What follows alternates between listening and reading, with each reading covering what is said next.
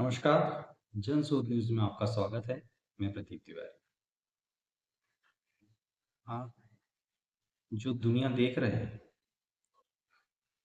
वह दुनिया केवल एक अच्छा प्लेटफ़ॉर्म केवल नहीं है। ये दुनिया उससे बिल्कुल इतर है जो आप देखते हैं। ये दुनिया जितनी साधारण आपको सामने से दिखती है, यह देश ये कर रहा है, वह देश वो कर रहा है। इज़राइल, अमेरिका, ईरान से युद्ध कर रहे, ईरान, अमेरिका, इज़राइल से युद्ध कर रहा है और सारे विश्व के लोग ईंधन की परेशान हो रहे हैं। ये दिखने में जितना आसान है, वास्तव में इतना है नहीं। इसके इतर एक बड़ा मुद्दा है कि इन सब कारणों से और कुछ लोग दबी जुबान से कह रहे हैं कि अब कृत्रिम वर्षा भी करवाई जाने लगी, यानी अन्य अन्य अन्य देश और खासकर अमेरिका के कुछ सबसे अधिक रिच, सबसे ज्यादा धनाढ्य लोग, जिन्हें अब पैसों की कोई आवश्यकता नहीं है, वो इस तरीके के काम करवा रहे हैं। ऐसा लोग दबी जुबानों से अंतर्राष्ट्रीय मीडिया, नेशनल मीडिया के कुछ लोग इसे दबी जुबान से कह रहे हैं। कितना सत्य है ये अभी हम नहीं जानते। इसके इतर एक दबी जुबान, दबी आहट से वैश्विक संकट सब पर मंडराने वाला है। क्लाइमेट वार्निंग का दौर जो चल रहा था, जिसके लिए जनशोध भी अक्सर लोगों को आगाह कर रहा था, अवेयर कर रहा था, उससे कहीं आगे अब क्लाइमेट इमरजेंसी फेज पर दुनिया आ जाएगी। वैज्ञानिक और वैश्विक रिपोर्ट की माने तो यह स्थिति सुधर नहीं रही है और अगर नहीं सुधरी 2030 तक हम फूड सिस्टम कोलैप्स का साक्षी बनेंगे। फूड सिस्टम कोलैप्स के भोगी भी हमारी पीढ़ी होगी, जिसने कोरोना भी झेला है और हम फूड सिस्टम कोलैप्स को भी झेलेंगे। अब ये संकट कितना गंभीर है, इस पर थोड़ा विस्तार से बात करते हैं। दुनिया जानती है, आप भी जानते हैं कि तापमान पृथ्वी का लगातार बढ़ रहा है, जिसकी वजह से जो हमारे ग्लेशियर हैं वो पिघल रहे हैं। मगर आर्कटिक में बर्फ रिकॉर्ड स्तर पर घट रही है। हीट वेव, सूखा और बाढ़ जैसी घटनाएं साल दर साल बढ़ती चली जा रही हैं और यह केवल पर्यावरण का मुद्दा नहीं रह गया है, बल्कि मानव जीवन और अर्थव्यवस्था का संकट भी बनकर उभर रहा है। किसी दिन हम क्लाइमेट चेंज और पीपल ओरिएंटेड वर्क, इस पूरे मुद्दे पर एक विस्तार से एपिसोड बनाएंगे, जिसमें हम आपको बताएंगे कि क्लाइमेट चेंज केवल इन्वायरमेंट का मुद्दा नहीं है, वो आपका और हमारा मुद्दा है और ये कहीं ना कहीं हमें जाके आगे घातक रूप से प्रभावित करने वाला है। इसलिए इसमें काम करने की आवश्यकता है, इसलिए नहीं कि वो दूसरों को जीवन देने वाला है, इसलिए क्योंकि वो आप खुद उसकी वजह से जीवित रह सकते हैं। तो इसमें नेक्स्ट स्टेप में फूड सिस्टम कोलैप्स की स्थिति आ रही है, जो सबसे बड़ा खतरा है। रिपोर्ट्स कह रही हैं कि फसल उत्पादन घट सकता है। मिट्टी की उर्वरकता लगातार घट रही थी क्योंकि हम फर्टिलाइजर्स यूज कर रहे थे, पेस्टिसाइड्स वगैरह हम यूज कर रहे थे, जिसकी वजह से लगातार जो भूमि की उर्वरकता शक्ति कम हो रही है। इसके अलावा जल संकट भी खेती के लिए एक बड़ा अभिशाप बनकर उभर रहा है और जल की स्थिति लगातार चिंताजनक रूप से पूरे विश्व में बढ़ रही है।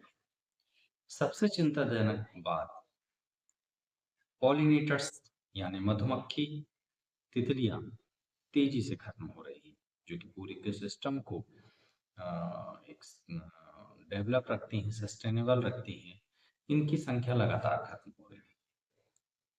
इनके बिना 70% से ज्यादा फसलों का उत्पादन खतरे में आ चला है। क्लाइमेट चेंज का सीधा असर अमेरिका और यूरोप में रिकॉर्ड तोड़ गर्मी पड़ रही है। 40 प्लस अभी से गर्मी वहां महसूस की जा रही है। भारत सहित एशिया में भी इस समय भारी गर्मी महसूस की जा रही है। इसके अलावा इस मौसम में भी अलग अलग स्थानों में अनियमित वर्षा देखी जा रही है। इसके अलावा विगत साल में मानसून का भी अनियमित देखा गया। जंगलों में आग और पानी की जो कमी है, यानी आग से वन नष्ट हो रहे हैं और पानी की कमी की वजह से वहां पर पूरा इकोसिस्टम वन्य जीव का और वृक्षों का और लताओं का, जैसे फना और फ्लोरा, जो पूरा इकोसिस्टम है, बायोसिस्टम है, वो इन डेंजर जोन में आ रहा है। अब जलवायु परिवर्तन, जिसे हम भविष्य की मुद्दा कहते थे, अब वो भविष्य का मुद्दा नहीं रह गया, वो वर्तमान का मुद्दा बन गया है। और अगर आप और हम इस पर काम नहीं करते, सरकार इस पर काम नहीं करती, तो नतीजे भयावह होने वाले। अब भारत पर इसके असर की बात करें तो कृषि पर इस पर सीधा असर होने वाला है। भारत की पॉपुलेशन का लगभग 70%, 60 से 70% जो पॉपुलेशन है वो एग्रीकल्चर पर डिपेंड करती है, कृषि पर डिपेंड करती है। बढ़ती गर्मी और पानी की कमी की वजह से उत्पादन लगातार घट रहा है और किसानों की आय और खाद्य सुरक्षा दोनों संकट में आ चुके। केवल मुद्दा किसानों तक ही सीमित होता तो भी शायद सरकार शांत रहती, लोग सह सकते थे, क्योंकि वैसे भी किसानों की किसी को नहीं पड़ी। मगर मुद्दा आगे बढ़ चला है। एमएसएमई सेक्टर भी इसकी चपेट में आ चला है। एमएसएमई जो कि भारत की ग्रोथ का रीढ़ की हड्डी है, उस पर भी असर लगातार दिखाई दे रहा है। जो कृषि आधारित उद्योग है, एमएसएमई है, एसएमई है, वो लगातार डाउन हो रहे हैं, नीचे हो जा रहे हैं, उनका प्रोडक्शन कम हो रहा है, उनमें लगातार क्राइसिस हो रही है माल को लेके और सप्लाई को लेके। फूड प्रोसेसिंग, टेक्सटाइल्स में मेन है। कच्चे माल की कमी और जो इसकी सप्लाई है, ये सबसे ज्यादा प्रभावित हुई है, जिसकी वजह से छोटे उद्योग लगातार क्राइसिस से जूझ रहे हैं। ऊर्जा बनाम पर्यावरण की बात करें तो बढ़ती ऊर्जा जरूरत, लेकिन फॉसिल फ्यूल से प्रदूषण और क्लाइमेट क्राइसिस लगातार बढ़ रहा है। इसलिए अब जरूरत है एनर्जी पॉलिसी और इन्वायरमेंट पॉलिसी दोनों साथ साथ चले। मगर क्या सरकार इस दिशा में सोच रही है? अगर सरकार इसमें पॉजिटिव तरीके से सोचती है, भारत के लिए एक आपदा में अवसर बन सकता है। सोलर और विंड एनर्जी पर भारत निवेश बढ़ा सकता है। सस्टेनेबल एग्रीकल्चर, जैसे जैविक खेती, जिस पर भारत सने सने काम कर रहा, हालांकि इसका एक पुख्ता मार्केट अभी तक भारत ने डेवलप नहीं किया। जैविक खेती से उत्पादित फसलों का भी बेहतर मूल्य और बेहतर मार्केट भारत में उपलब्ध नहीं, जिस पर भारत को काम करने की आवश्यकता है। ग्रीन जॉब्स और सर्कुलर एनर्जी और इकोनॉमी और भारत बढ़ चढ़कर काम कर सकता है, मगर ये तब होगा जब सरकार इस दिशा पर सोचेगी और आगे बढ़ेगी। हालांकि कुछ कुछ स्टेप सरकार ने लिए हैं, मगर लंबी दूरी तय करने की आवश्यकता है। अगर सही नीति अपनाई जाए तो भारत ग्लोबल एनर्जी का लीडर बन सकता है और हम ग्लोबल वार्मिंग और ग्लोबल क्लाइमेट इमरजेंसी फेस को कम से कम भारत में रोकने में कामयाब हो सकते हैं। क्लाइमेट क्राइसिस अब केवल पर्यावरणीय मुद्दा नहीं है, यह मुद्दा अब रोजगार, अर्थव्यवस्था, खाद्य सुरक्षा और राष्ट्रीय सुरक्षा सब मुद्दों से जुड़ गए।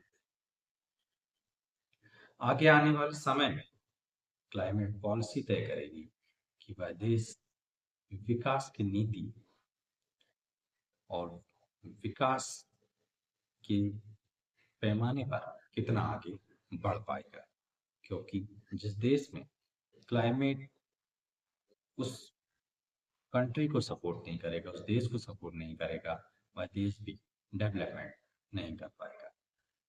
दुनिया अब एक निर्णायक मोड़ पर बढ़ चली है, जहां एक तरफ क्लाइमेट कोलैप्स है तो दूसरी तरफ सस्टेनेबल फ्यूचर है। सवाल यह नहीं है कि क्लाइमेट चेंज होगा या नहीं, सवाल यह है कि हम इसके लिए कितने तैयार हैं और इसे रोकने में कितने हम एक्टिव हैं। क्या भारत इस चुनौती को अवसर के रूप में बदल पाएगा? क्या हम क्लाइमेट इमरजेंसी से लड़ने के लिए तैयार हैं? इन्हीं सवालों के साथ इस एपिसोड को यहीं विराम देते हैं।